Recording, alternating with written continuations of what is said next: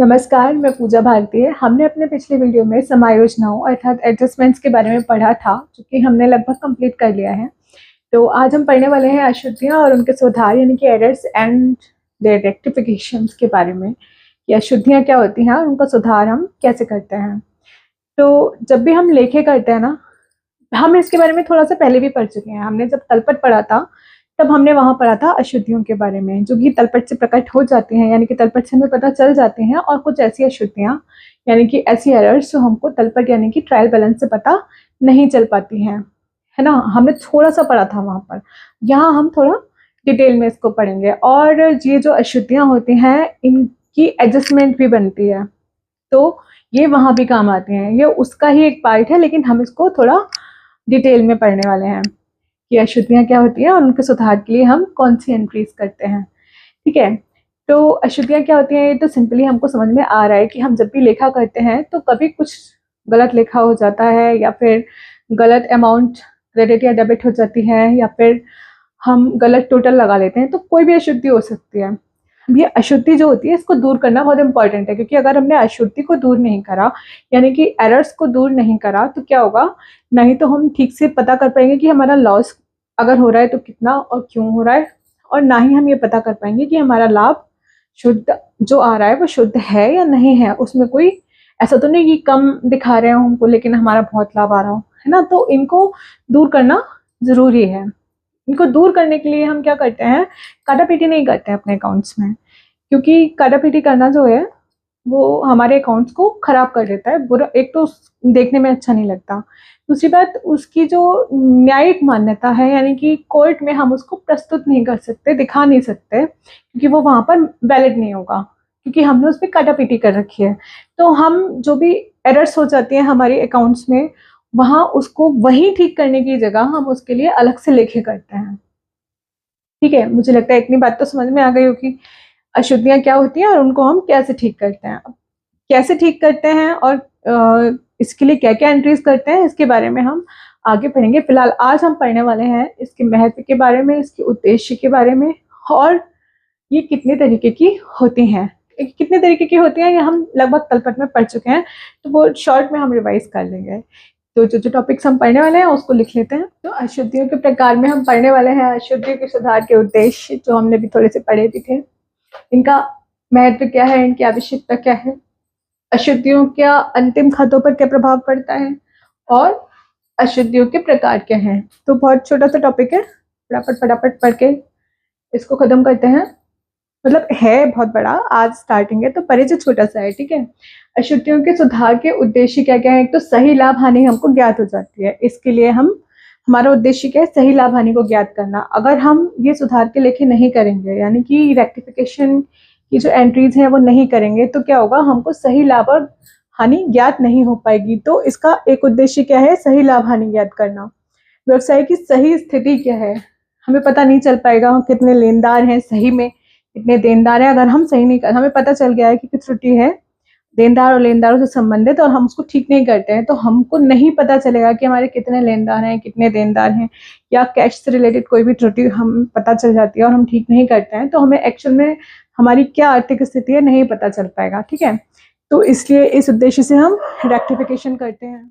फिर भविष्य में त्रुटि होने के अवसरों को समाप्त करना, मतलब हम जब रेक्टिफिकेशन करते हैं तो आगे चल के भी इससे रिलेटेड, जहाँ पे हमने रेक्टिफिकेशन किया है इससे रिलेटेड कोई भी अशुद्धि या फिर त्रुटि नहीं रह जाएगी, कोई भी मिस्टेक नहीं होगी। ठीक है, बही खाते लेखांकन का सही और विश्वसनीय रूप प्रस्तुत करना। अगर हम रेक्टिफिकेशन नहीं करते हैं तो हम लोगों के सामने हमारी जो आर्थिक स्थिति है वो बिल्कुल ठीक से नहीं प्रस्तुत कर पाएंगे, है ना।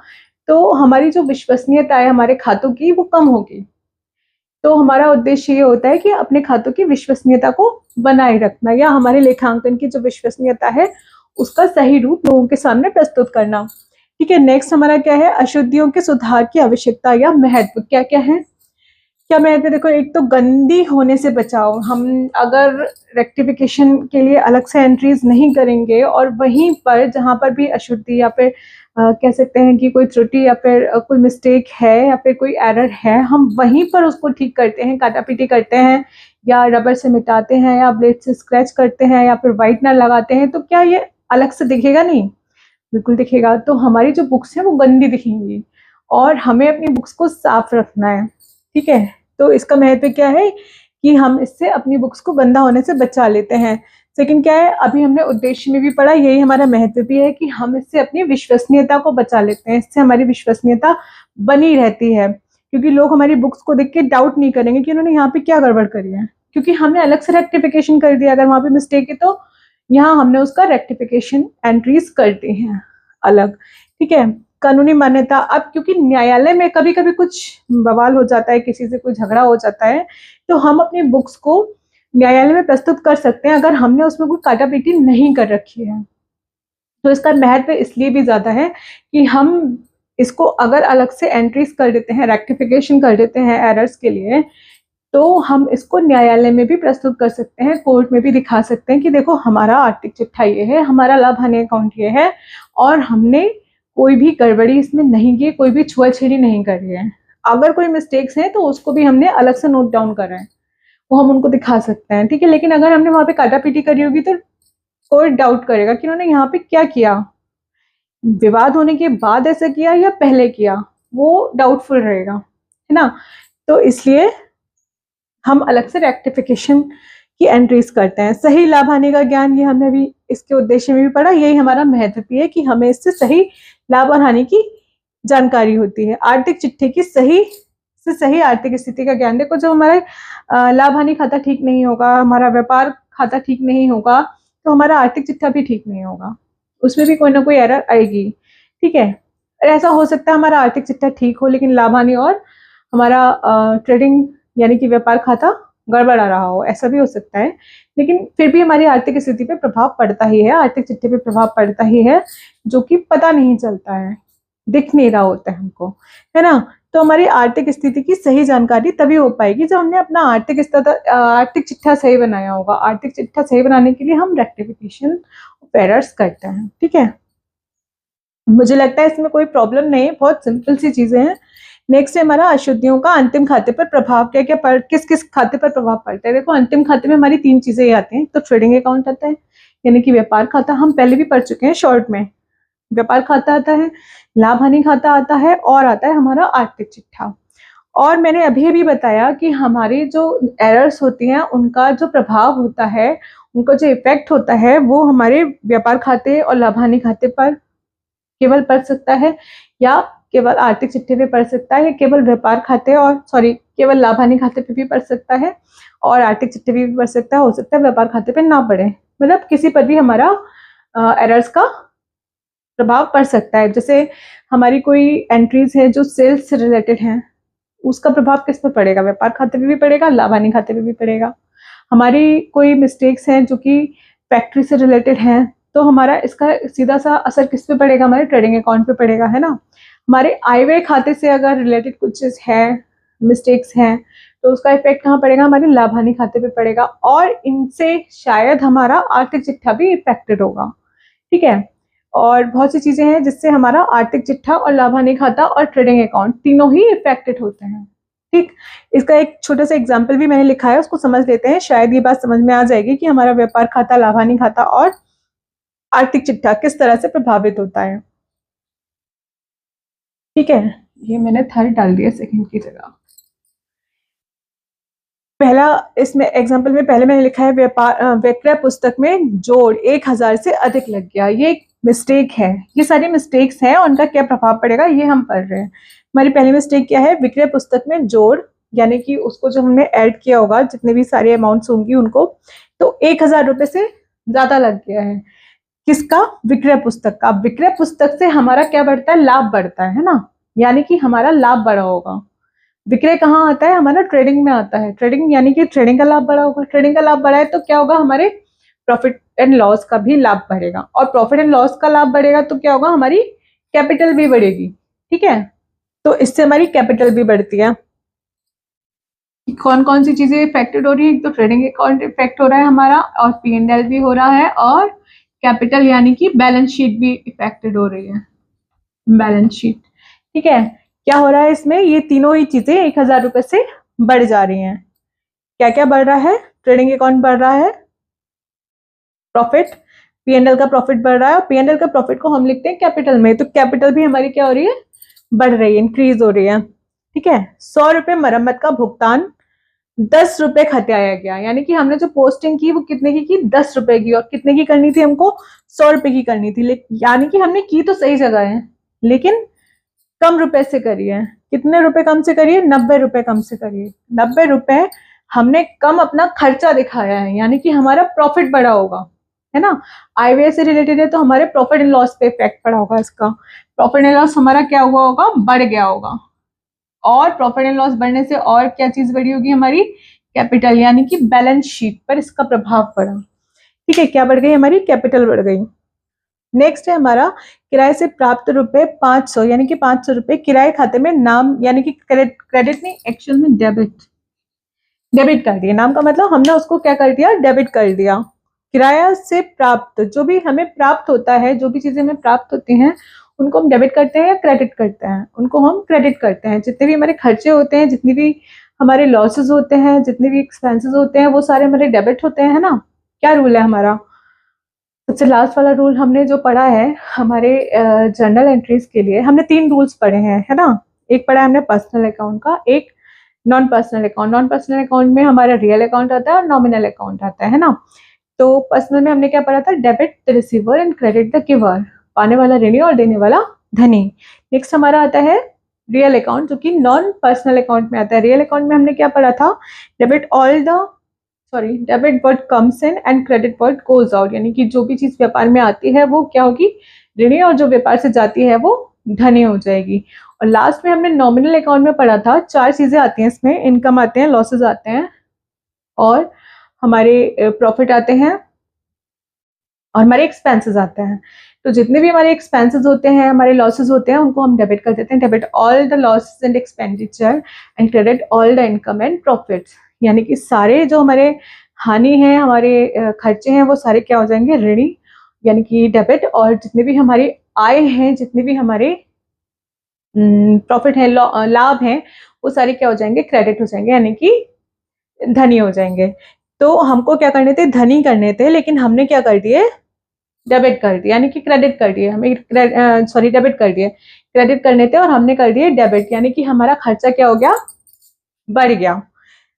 जबकि हमारा क्या बढ़ना चाहिए था, लाभ, यानी कि प्राप्ति बढ़नी चाहिए थी, हमारी इनकम बढ़नी चाहिए थी, हमारी आय बढ़नी चाहिए थी। हमारी आय बढ़ने की जगह पे हमारा हमारे एक्सपेंसेस बढ़ गए, है ना, एक्सपेंसेस नहीं बढ़ने चाहिए थे। तो यहाँ पे हमारी डबल प्रॉब्लम हो गई, मतलब एक तो हमारे पास 500 रुपीज किस में आने चाहिए थे, प्लस में आने चाहिए थे, और हमने क्या कर दिया, 500 रुपीज को माइनस कर दिया।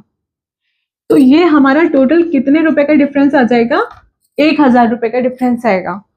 ठीक है, क्यों आएगा 1000 रुपए का, जिसको हमें क्रेडिट में लिखना चाहिए था 500, वहां लिखा ही नहीं, और हमने दूसरी जगह और बढ़ाकर लिख दिया। तो यहाँ से तो घट गए, अब खर्चे जो होते हैं वो भी तो घटते ही हैं हमारे, वहां से भी घट गए, वहां से भी घट गए, तो पूरा 1000 रुपीज घट गए हमारे, है ना। और जबकि 500 बढ़ने चाहिए थे, तो हमारा डिफरेंस कितने का आएगा, 1000 रुपीज का आएगा, और इसका इफेक्ट पड़ेगा हमारे P&L अकाउंट, यानी कि प्रॉफिट एंड लॉस अकाउंट पर, जो कि हमारा घट जाएगा। साथ में हमारा जो कैपिटल है वो भी क्या होगी, घट जाएगी। ठीक है, यानी कि हमारे बैलेंस शीट और P&L दोनों प्रभावित हो रहे हैं। ठीक है, नेक्स्ट है हमारा बेकार माल की बिक्री से प्राप्त 50 रुपए खतियाए नहीं गए। अब हमारे पास बेकार माल पड़ा हुआ था, ये हमारा बिक्री में नहीं आएगा, यानी कि ट्रेडिंग में नहीं आएगा, ये हमारा इनकम है, क्योंकि हमारे पास बेकार माल पड़ा था, हमने उठा के बेच दिया, ये हमारी एक्स्ट्रा इनकम हो गई। इनकम किससे रिलेटेड हो गई, हमारी P&L से, तो इसका इफेक्ट किस पर पड़ेगा, P&L पे पड़ेगा। क्या किस पे पड़ेगा, P&L, यानी कि प्रॉफिट एंड लॉस अकाउंट पे। अब क्योंकि प्रॉफिट एंड लॉस क्या हो रहा होगा, इससे 50 रुपए जो खतियाए गए हैं बेकार माल की बिक्री के, खतियाए नहीं गए हैं, यानी कि हमें मिले तो हैं, हमारी इनकम होनी चाहिए थी, लेकिन हमने नहीं लिखे, तो हमारे 50 रुपए कम आ रहे होंगे हमारे प्रॉफिट में, तो ये कम हो रहा होगा, और हमारी कैपिटल भी इसकी वजह से कम हो गई होगी। हम कैपिटल में अपना नेट प्रॉफिट लिखते हैं, और नेट प्रॉफिट हमारा कितना आ रहा है, 50 रुपए कम आ रहा है, तो हमारा कैपिटल भी कितना आ रहा होगा, 50 रुपए कम आ रहा होगा। ठीक है, नेक्स्ट है हमारा 15 रुपए के स्थान पर 25 रुपए कार्यालय सफाई के लिए दिए में लिखे। हमने कार्यालय सफाई के लिए कितने रुपए दिए थे, 15 रुपए, लेकिन हमने लिखे कितने, 25 रुपए। 15 रुपए हमारे खर्च हो रहे थे, लेकिन हमने कितने लिख दिए?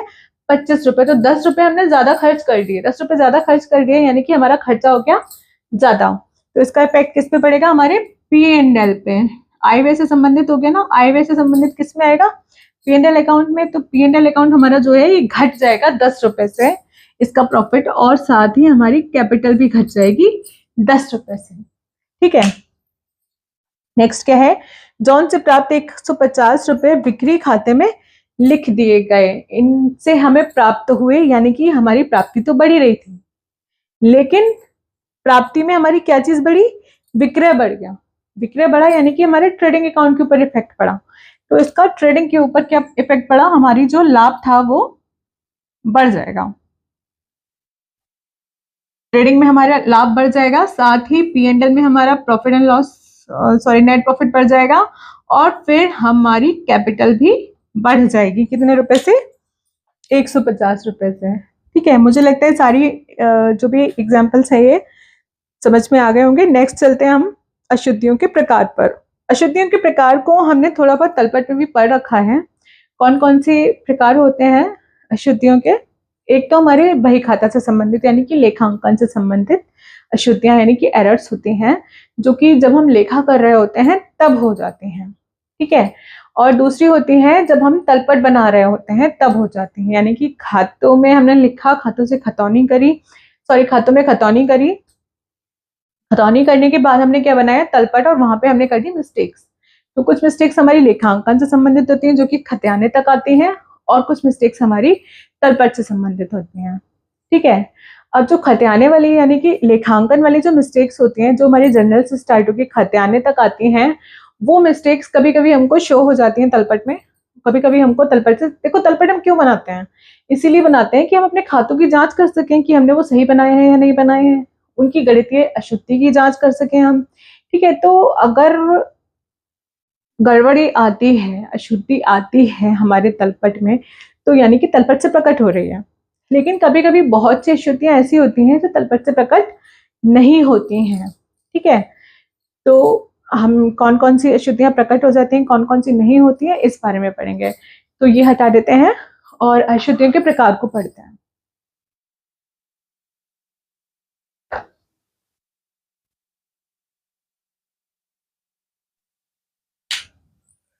तो अशुद्धियों के प्रकार ये हैं। अशुद्धियां दो तरीके की होती हैं, एक तो बही खाते से संबंधित अशुद्धि और एक तलपट की अशुद्धि। बही खाते से संबंधित हमने अभी बताया, तलपट, सॉरी, जब हम जर्नल एंट्रीज करते हैं वहां से लेके जब हमने खतौनी की होती है तब तक की जो भी एंट्रीज होती हैं वो सारी हम किस में लेते हैं? बही खाते से संबंधित में। ठीक है, नेक्स्ट है हमारा तलपट की अशुद्धियां। तो तलपट में भी बहुत सारी अशुद्धियां जाती हैं। कभी कभी हम गलत खतौनी नहीं हुई होती है, लेकिन हमने तलपट में गलत लिख लिया होता है, या तलपट का योग गलत हो गया होता है, या कुछ और भी मिस्टेक्स हो सकते हैं। ठीक है, तो कुछ मिस्टेक्स होती हैं जो बही खाते से संबंधित होती हैं, जो कुछ मिस्टेक्स होती हैं तलपट से संबंधित होती हैं। अभी मैंने यहाँ पे जो लिखी हुई हैं वो बही खाते से संबंधित अशुद्धियां हैं। बही खाते से होने वाली अशुद्धियां एक तो किससे संबंधित होती है? हमारे जर्नल से, और हमारे पोस्टिंग से संबंधित भी होती हैं, यानी कि हमारे अकाउंट से संबंधित भी होती हैं, यानी कि हमारी लेजर से संबंधित भी होती हैं। और इसका जिम्मेदार कौन होता है? लेखा कार्यालय के निचले स्तर के जो हमारे लिपिक होते हैं कार्यालय में, वो इसके लिए जिम्मेदार होते हैं, क्योंकि वो इनकी एंट्रीज कर रहे होते हैं। ठीक है, मुझे लगा ये इंपॉर्टेंट है, इसलिए मैंने ये पॉइंट भी यहाँ पे लिखा है। अब बही खाते से संबंधित जो अशुद्धियां हैं वो मैंने यहाँ लिखा है, दो तरीके की होती हैं, एक तो तलपट से प्रकट होने वाली अशुद्धियां और एक तलपट से प्रकट ना होने वाली अशुद्धियां। तो जो तलपट से प्रकट हो रही हैं इसका मतलब ये तलपट पे प्रभाव डाल रही है, यानी कि तलपट को प्रभावित करने वाली अशुद्धियां। और जो तलपट से प्रकट नहीं हो रही है, यानी कि तलपट पे कोई प्रभाव नहीं डाल रही लेकिन है। ठीक है, तलपट को प्रभावित ना करने वाली अशुद्धियां। तलपट को जो प्रभावित कर रही हैं वो कौन कौन सी अशुद्धियां होती हैं? अशुद्धियां जो तलपट को प्रभावित करती हैं, प्रारंभिक लेखों की अशुद्धियां, यानी कि हमने जो प्रारंभिक लेखे बनाए होंगे, जैसे जर्नल करी होगी, एंट्रीज करी होंगी, वहां पर हमसे कुछ अशुद्धियां हो जाती हैं। कैसी कैसी अशुद्धियां? जैसे जोड़ना या आगे ले जाना या बाकी निकालना, हमने गलत जोड़ लगा दिया, या फिर जोड़ को आगे ले जाना जब हमने करा तो गलत तरीके से कर दिया, या गलत पक्ष में कर दिया, या गलत धनराशि से कर दिया, कुछ भी, इनमें से कोई भी मिस्टेक हो सकती है, या फिर हमने बाकी ही गलत निकाली यानी कि बैलेंस गलत निकाला। ठीक है, ऐसी मिस्टेक्स हो सकती है हमारे प्रारंभिक लेखों में। नेक्स्ट हमारा अधूरा दोहरा लेखा। हमने दोहरा लेखा प्रणाली को फॉलो तो किया, लेकिन हमने उसको आधा ही किया, यानी कि जिस पक्ष को ऋणी करना था उसको ऋणी कर दिया, लेकिन जिसको धनी करना था उसको धनी नहीं किया, या फिर जिसको धनी करना था उसको धनी तो कर दिया, लेकिन जिसको ऋणी करना था उसको ऋणी नहीं किया। तो हमारी एंट्री जो है वो अधूरी रह गई। ऐसा करने से भी हमारी तलपट में मिस्टेक दिख जाती है। एक रकम 2 बार लिखना। अगर हमने किसी रकम को 2 बार लिख दिया तो भी हमारे तलपट का योग जो है बराबर नहीं आएगा, और हमको पता चल जाएगा कि हमने कोई ना कोई मिस्टेक प्रारंभिक लेखों में की है। गलत रकम लिखना। अगर हमने कोई रकम गलत लिख दी है तो भी इसका इफेक्ट किस पर पड़ेगा, हमारे तलपट के ऊपर पड़ जाता है, क्योंकि इससे हमारे तलपट का योग नहीं मिल पाता है। ठीक है, नेक्स्ट है हमारी खाता बही संबंधित अशुद्धियां। ये हमारी जर्नल से रिलेटेड हो गई, और ये वाली जो हमारी हुई खाता बही से संबंधित रिलेटेड एंट्रीज हो गई, अशुद्धियां हो गई, यानी कि लेजर से संबंधित। जैसे क्या है, शेष निकालना। हमने गलत शेष निकाल दिया तो इसका इफेक्ट हमारे तलपट के ऊपर पड़ेगा, क्योंकि हमने शेष गलत निकाला हुआ है। ठीक है, गलत पक्ष में खतौनी करना। अगर हमने खतौनी यानी कि पोस्टिंग जो है वो गलत पक्ष में कर दिया, डेबिट में करनी चाहिए थी हमने क्रेडिट में कर दी, क्रेडिट में करनी चाहिए थी हमने डेबिट में कर दी, तो ऐसी मिस्टेक्स जो है इसकी वजह से तलपट का योग नहीं मिल पाता है, और हमें अशुद्धियों का यानी कि एरर्स का पता चल जाता है। गलत राशि की खतौनी।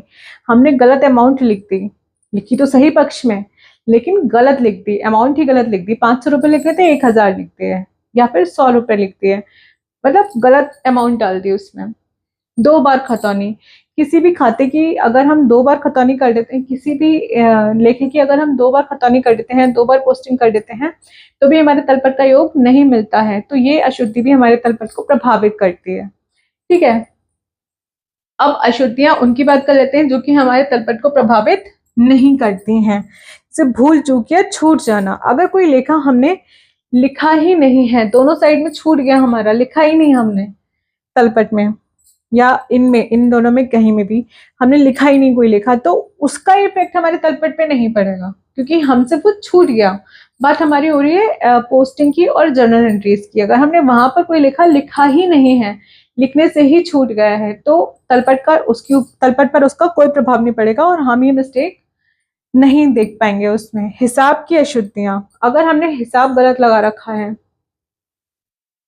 जैसे हमने कैलकुलेशन गलत कर दी है, इंटरेस्ट गलत निकाल दिया, या इस तरीके की कोई भी कैलकुलेशन है जो हमने गलत करी है, तो उसका इफेक्ट भी हमारे तलपट के ऊपर नहीं पड़ता है, तो हमें यह अशुद्धि नहीं समझ में आ पाती। सैद्धांतिक अशुद्धियां। सैद्धांतिक अशुद्धियां वो अशुद्धियां होती हैं जो कि हमें जब नॉलेज नहीं होती है इस बारे में कि कौन सी अशुद्धि कौन सी एंट्री किस में आनी चाहिए, और हम उसको गलत पक्ष में डाल देते हैं या गलत लिख देते हैं, तो वो हमारी सैद्धांतिक अशुद्धि होती है। जैसे हमने व्यापार में मशीन लगाई, अब मशीन में जाना चाहिए उसका खर्चा, मशीन लेकर आए हम, लेकिन हमने वो मशीन किसी आदमी से लगवाई, तो हमने सोच लिया ये मजदूरी है, हमने उसको डाल दिया मजदूरी में, तो है तो दोनों ही खर्चे हमारे, है ना, तो इफेक्ट तो हमारा पड़ने वाला नहीं है तलपट के ऊपर, लेकिन मिस्टेक हमारी हो गई है। तो सैद्धांतिक अशुद्धियां जो होती हैं वो हमारी तलपट से प्रकट नहीं होती हैं, यानी कि इनका तलपट पे कोई प्रभाव नहीं पड़ता, लेकिन ये होती हैं।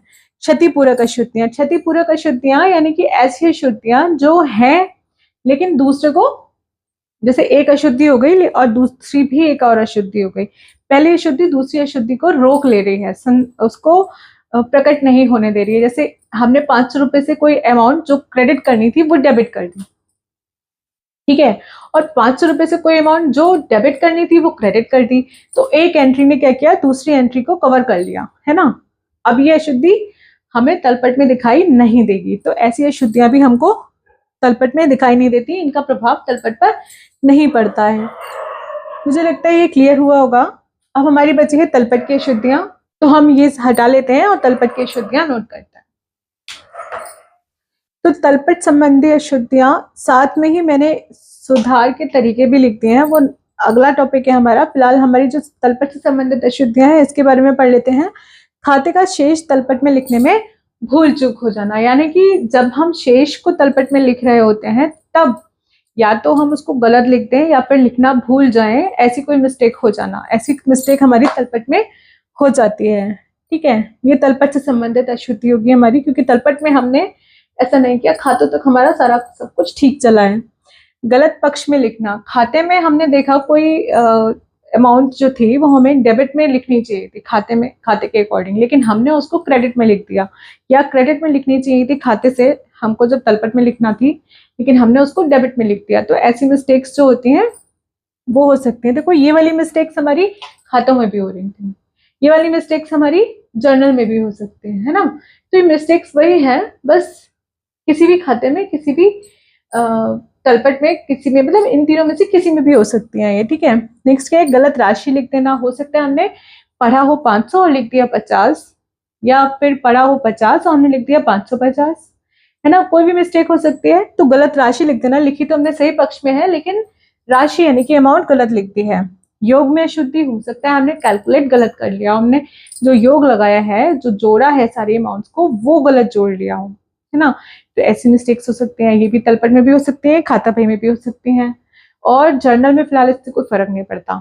तो ये खाता बही में भी हो सकते हैं और तलपट में भी हो सकते हैं। अच्छा, इसके बाद मैंने यहाँ पे सुधार के तरीके भी लिखे हैं। कौन कौन से तरीके, स्टार्टिंग में भी मैंने बताया था, हम उसको काट कर भी ठीक कर सकते हैं, उसको रब करके भी ठीक कर सकते हैं, व्हाइटनर भी यूज कर सकते हैं, ब्लेड से स्क्रैच करके या किसी छुरी से स्क्रैच करके, मतलब स्क्रैच करके भी हम उसको ठीक कर सकते हैं। लेकिन ये सुधार का सही तरीका नहीं है क्योंकि ये हमें न्यायालय में बाधित करेगा, है ना।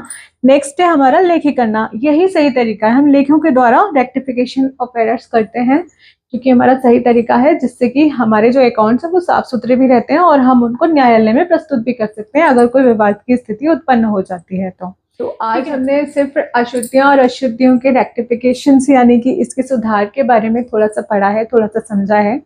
नेक्स्ट वीडियो में हम इसके सुधार के बारे में बात करेंगे कि कैसे सुधार करते हैं। आज हमने पढ़ने की कौन कौन सी मिस्टेक्स होते हैं, कैसी कैसी मिस्टेक्स होती हैं। नेक्स्ट वीडियो में हम पढ़ेंगे कि उन मिस्टेक्स को हम कैसे दूर करते हैं। Thank you.